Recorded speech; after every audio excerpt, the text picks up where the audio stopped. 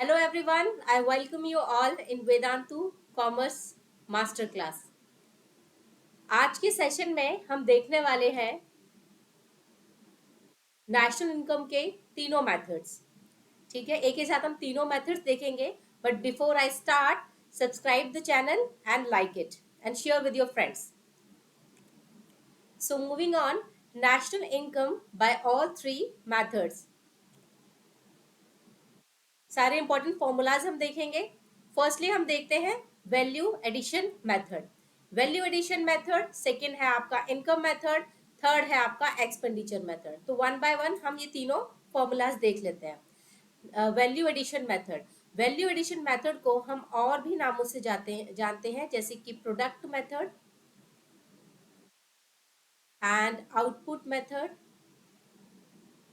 And one more inventory method. Inventory method. National income अगर आपको निकालना है वैल्यू एडिशन मेथड से, national income means NNP at FC. ठीक है, तो इसमें हम निकालेंगे gross value added by primary sector, gross value added by tertiary secondary sector, gross value added by tertiary sectors. यानी तीनों की जो भी आपका प्रोडक्शन हो रहा है, तीनों प्रोडक्शन एक्टिविटी को आप इंक्लूड करेंगे और माइनस करेंगे डेप्रिसिएशन से. Then NIT net indirect tax और प्लस करेंगे net factor income from abroad से. अच्छा, यहाँ पर क्योंकि जब भी आप वैल्यू एडिशन मेथड के कंपोनेंट्स को जब आप ऐड करते हो तो ऐड करते समय आप gross domestic product at market price पर पहुंचते हो. तो आप जब जीडीपी एट मार्केट प्राइस पर पहुंचोगे तो आपको वहां से डेप्रिसिएशन माइनस करना पड़ेगा, एनआईटी भी माइनस करना पड़ेगा और एनएफआईए को प्लस करना पड़ेगा. इसलिए ये फॉर्मेट पूरा इनडायरेक्ट वे में दे रखा है. अब वैल्यू एडिट क्या होता है? वैल्यू एडिट मतलब value of output minus intermediate consumption. कभी कभी किसी क्वेश्चन में आपको वैल्यू ऑफ आउटपुट गिवन होगा और इंटरमीडिएटरी कंजप्शन गिवन होगा, तब आपको वैल्यू ऑफ आउटपुट में से इसको सब्ट्रैक्ट करना है, तब आप वैल्यू एडिट पे पहुंचेंगे. और कई बार डायरेक्टली भी दिया होता है value added. Then value of output निकालने के लिए आपके पास में सेल्स होना चाहिए plus change in stock. Change in stock कैसे निकालेंगे? Closing stock minus opening stock, इस तरीके से. तो यहाँ पर आपके पास में ये सारे कंपोनेंट्स हैं. कई बार डायरेक्ट वे में भी दिया होगा और इनडायरेक्ट वे में भी दिया होगा. अब आपको फाइंड आउट करना है कि किस तरीके से आपको कौन सा कंपोनेंट को पिक करना है. Moving on to the next method, income method. Income method मतलब यहाँ पर आपका जो भी फैक्टर्स ऑफ प्रोडक्शन है उनको जब उनकी कॉस्टिंग मिल जाती है तो यहाँ पर वो वाली सारे सिनेरियोज को हम इंक्लूड करेंगे. इसके जब हम कंपोनेंट्स को ऐड करते हैं तो हम पहुंचते हैं NDP at factor cost per. इसको हम बोलते हैं डोमेस्टिक इनकम. इसको हम डोमेस्टिक इनकम बोलेंगे. अब यहाँ पर भी अगर आपको एनएनपी एट एफसी यानी नेशनल इनकम निकालना है तो क्या करेंगे? आपको एनडीपी एट एफसी करना पड़ेगा क्योंकि इसका कंपोनेंट को ऐड करके आप इसी एग्रीगेट पर पहुंचते हैं. सेकेंडली, अब आपको एनएफआईए यहाँ पर प्लस करना है. क्यों करना है? क्योंकि आप यहाँ डोमेस्टिक से नेशनल की तरफ जा रहे हैं. जब डोमेस्टिक से नेशनल जाएंगे तो net factor income from abroad को आपको एडिशन करना पड़ेगा. देन एनडीपी एट एफसी निकालने के लिए आपको क्या चाहिए होगा? Compensation of employee, rent and royalty, interest, profit and mixed income. ये सारे कंपोनेंट्स की आवश्यकता होगी when you will find NDP at FC. Now NDP at FC operating surplus plus mixed income, ये भी एक अलग मेथड है. बट यहाँ पर ऑपरेटिंग सरप्लस का क्या मतलब है? ऑपरेटिंग सरप्लस में हम रेंट, रॉयल्टी, इंटरेस्ट और प्रॉफिट को इंक्लूड कर देंगे तो ये हमारा ऑपरेटिंग सरप्लस बन जाता है. कॉम्पनसेशन ऑफ एम्प्लॉय किसी किसी क्वेश्चन में डायरेक्ट दिया होगा बट कहीं पर आपको दे रखा होगा wages and salaries in cash and wages and salaries in kind. ठीक है, और employers contribution to social security scheme. ये तीन आपको इसके ये कॉम्पनसेशन ऑफ एम्प्लॉय के सब कंपोनेंट्स हैं.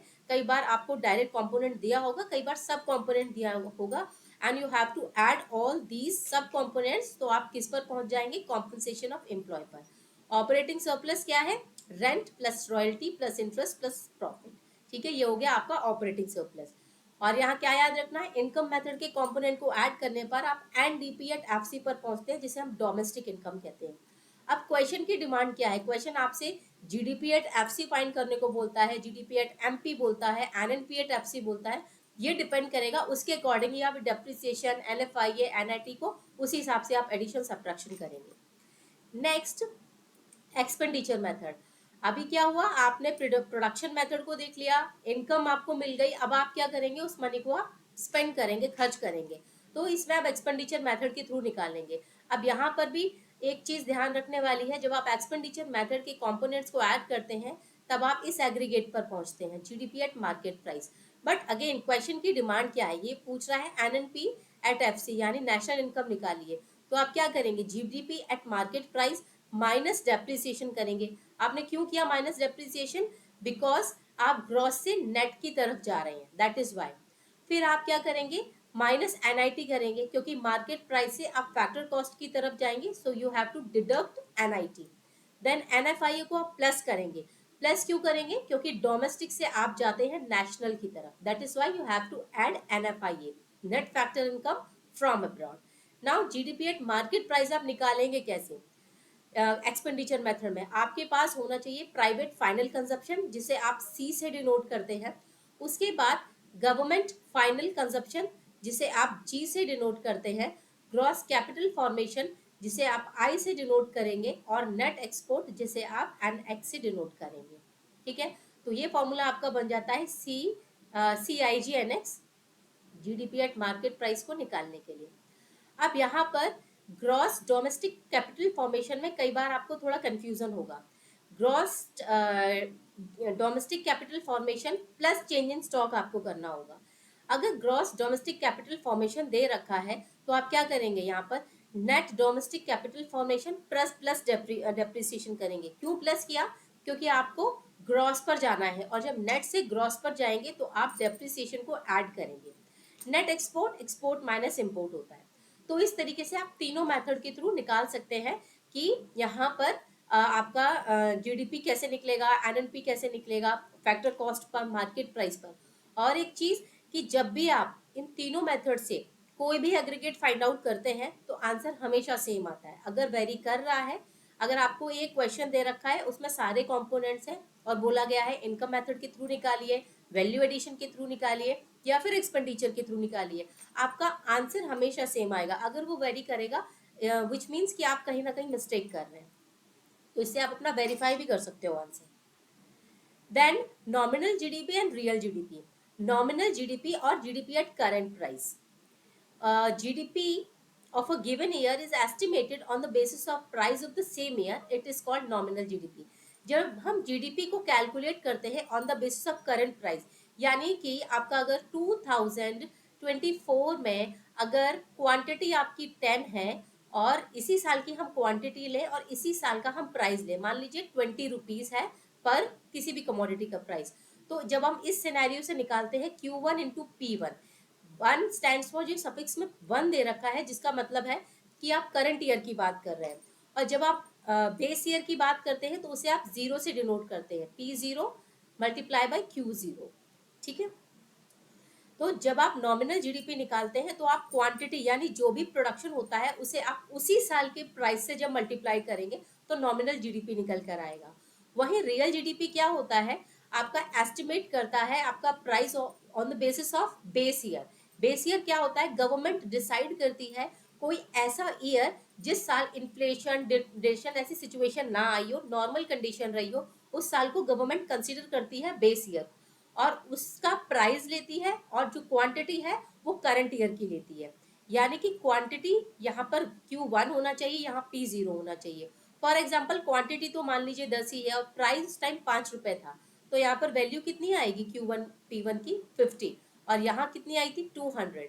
तो आप देखिए दोनों जगह पर वेरिएशन दिख रहा है, लेकिन वेरिएशन सिर्फ और सिर्फ प्राइस की वजह से दिख रहा है। मतलब इस साल इन्फ्लेशन की वजह से यहाँ महंगाई दिख रही है, यानी जीडीपी की जो वैल्यू है ज्यादा क्यों दिख रही है, because of high price, because of inflation.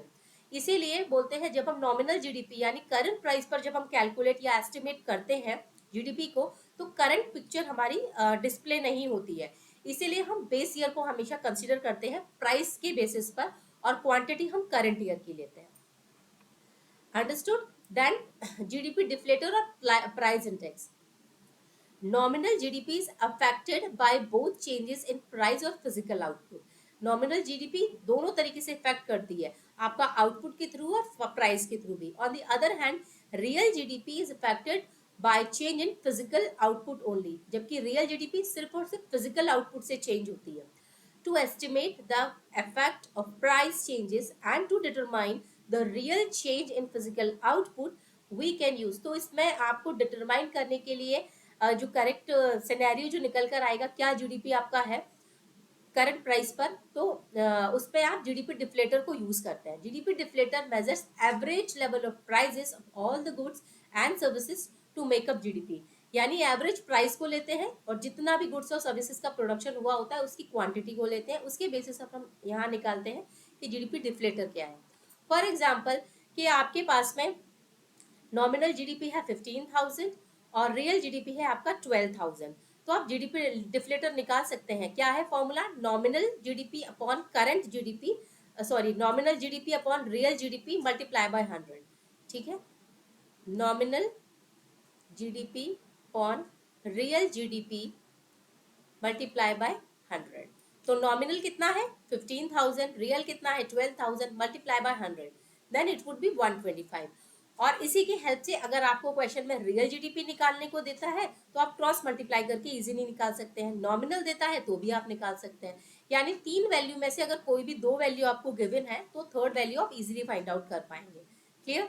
और जो गिवन नहीं है वहां उस वैल्यू को आप एक्स मान सकते हैं। So that's all for today's class.